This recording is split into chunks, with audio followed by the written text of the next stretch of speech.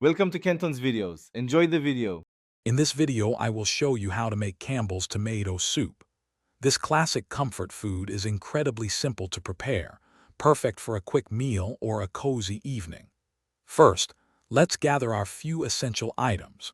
You'll need one standard 10 3/4 ounce can of Campbell's condensed tomato soup, along with one full can of water or milk.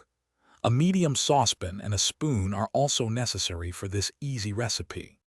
Now that you have your ingredients ready, let's get cooking. Carefully open your can of Campbell's condensed tomato soup and pour its contents into your saucepan. Next, measure out one full can of either water or milk, using the empty soup can for precise measurement, and add it to the pot.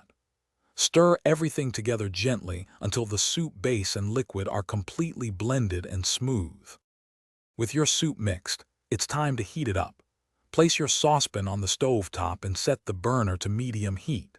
As the soup warms, stir it occasionally to prevent sticking and ensure even heating. Watch for small bubbles to appear around the edges, indicating a gentle simmer. Avoid letting the soup come to a rolling boil. We just want it to be thoroughly hot and ready to enjoy. Your delicious Campbell's tomato soup is now ready to be served. Carefully ladle the hot soup into a bowl, being mindful of the steam.